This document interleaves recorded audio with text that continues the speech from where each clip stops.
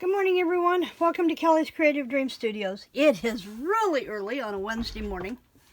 A little earlier than I wanted to be up and about, but I'm still trying to get stuff caught up. And so today's video is about the Smash That Paper Pad collab with Deb Hack's Crafty Cottage. And I will have the links again for everybody in the collab down below. I'm also going to link my Pinterest board for where I started saving slimline card ideas. This is one of the slimlines that I did, and I'll talk about it more in a minute, but I have a few more saved to my Pinterest board. And I just knew that these items were just perfect for slimlines, and I wanted to do more of those. I counted my Christmas cards that I have done this year so far, and I have 120 Christmas cards, not counting these that I've done or what I still want to get done with this paper pad. Now remember, I had said that we were going to use the Gingerbread and Peppermint Designer Series paper. And while I wasn't going to try smashing the entire paper pad, I did want to try and make a dent in it because I needed to use a current paper and Christmas set for the Christmas card swap that I am in. And this seemed like the great way, since I'm trying to catch up, to kill two birds with one stone. So, aside from this one slimline card, and I want to back this up for just a minute. Let's go ahead and talk about the slimline and get it out of the way. And here's a tip. To get a perfect center on your cards, use a piece of your Stampin' Up! Graph paper and find your center like that. And then you have points of reference for lining up your any of your elements if you're wanting to try and spread them out evenly or to find a center. This graph paper is perfect for that. And it comes in a variety of colors and of designs. And so it is a perfect addition to your kit when you become a Stampin' Up! Demonstrator. And whether you want to be a demonstrator and try to earn some money on the side as a good side hustle, or you just want to be your own best customer, which is how I started out.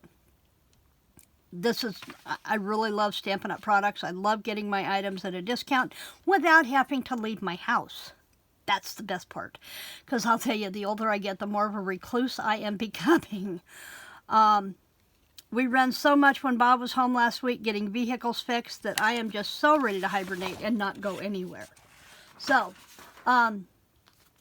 slimline cards are becoming the thing, and more companies are making dies that actually work with a slimline card, and I wouldn't be surprised to see them show up in our new catalog. So be on the lookout for that. We'll see what happens.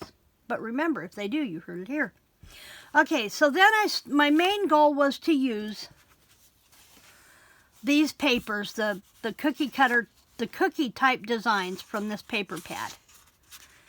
And then I went through and I pulled out coordinating papers from the pad. I don't think I have any loose ones out here. I think I clipped them all together. But I went through and I picked out coordinating papers to use as the fronts of my card. I also wanted to make sure that I used the basic borders dies. And the reason that this called to me for this card collection is because we're talking about gingerbread cookies. And when I think gingerbread cookies, I think gingerbread men, and they always have that little white rickrack on the cuffs of their legs and their arms. And so I wanted to use this die. Whoops, there it is. Thought I'd lost it. And it made a perfect design on the edge of the card. And then to get then I cut this, I believe 3.5. Yes, 3.5 by 5.5 for the front. And I just redid that. I cut the paper to match and then just glued it on the front of the cardstock, on the card base. Now, if you have the Stampin' Die set for this, and you think you will use it a lot, go for it. But I'm pretty sure that once my cookie papers are gone, and I don't order any more, I will probably never use that die set again. And, as I said in my earlier video, I have one very similar from Tim Holtz. And I can't see duplicating something that I already have when I can use that money for stuff that I can't duplicate, like more cardstock, new inks, stamp sets that I don't own that I know that I will use a lot, that kind of thing. So I sat and I fussy cut these out. Didn't take hardly any time at all. I had thought about using the scan and cut, but right now I still have all the pink ribbon stuff and my Cricut set up on my work table, and there really wasn't a spot to put the scan and cut right now. So I just fussy cut these out.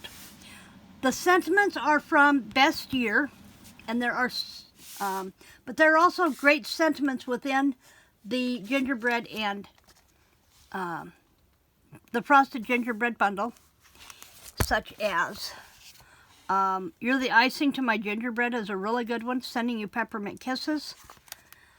And there was another one, I can't read it on here. I can't read it on here. But here's another cool thing to use this Stampin' Die set for. Wishing You a Sweet Christmas. Isn't that cute? I love that. And this one is from something else. I'm not sure what it's from, but I'll look. But anyway, so that was an idea. And if you've not seen this done before, stamp your sentiment and punch it out using our tailored tag punch. And then punch out another one of whatever you want to use for your background color,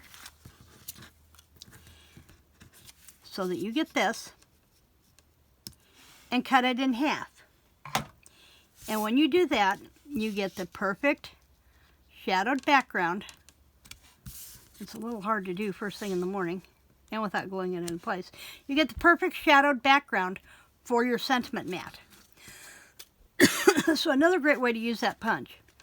Then I just glue these down on the front, and then I put a piece of my liner paper, and it is 3.5 by 5 1/4. And it tucks, with the exception of this one that I didn't get over far enough, it tucks beautifully behind your decorative edge. Now I did a couple in Old Olive. This one's got the ornaments. This one has the bells. And then I have a couple I have 3 in red with bells. This one I changed up the print of the paper, and then I added the ornament balls. And then this one I used the snowflakes.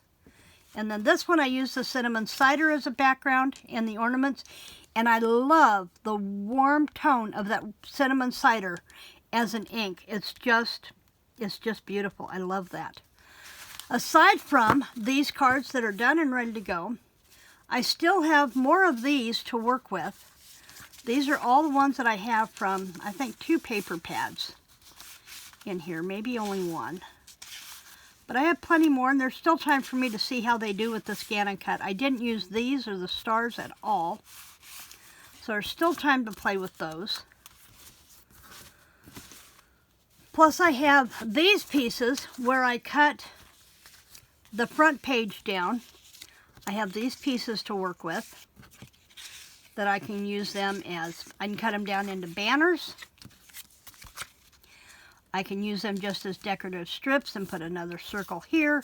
There will be more cards coming from this. I also have, where I cut the decorative edge off, I have them in the patterns and in the cardstocks, where I cut those decorative edges off. And let's flip this one over here.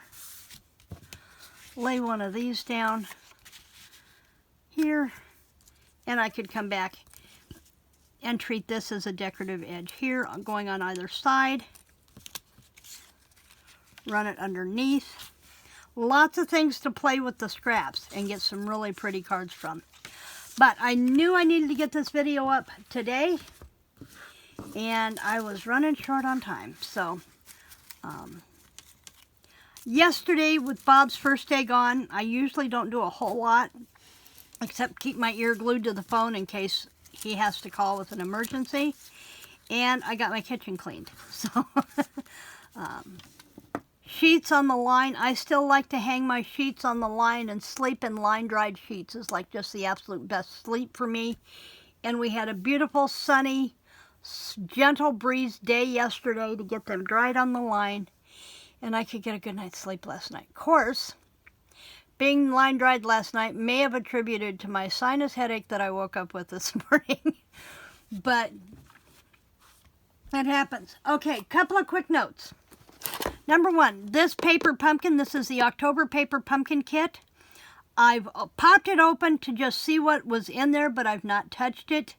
Other than that, I've not even cracked the plastic. We are going to do this on Friday at 6 p.m. as a Facebook Live. I hope you will join me at 6 p.m. Central Standard Time, by the way. And in my Facebook Live, I will leave a link to my Facebook channel down through everything down below. So you're going to want to go in and make sure you join my group. It is a private group. So anything that we do in there is perfectly safe if you're not a fan of Facebook any more than I am. I have found I do not like the open concept of Facebook, but I do enjoy the groups where I know that there is safety in numbers. So we'll be opening this up, and I will be showing you some things that this coordinates with in both the July to December mini and in our annual catalog that you might want to get a hold of. And I'll also be giving you a sneak peek at what the November paper pumpkin is, because remember, you can only have till November 10th to order the November paper pumpkin kit. So I want to get this up so you have a few days to think about it and go in and get that ordered so that you will have it coming. Also, back to the gingerbread and peppermint sweet, we will be using this as a December daily kit, and I will be walking you through all the kit items on Sunday for Stampin' Up! Sunday.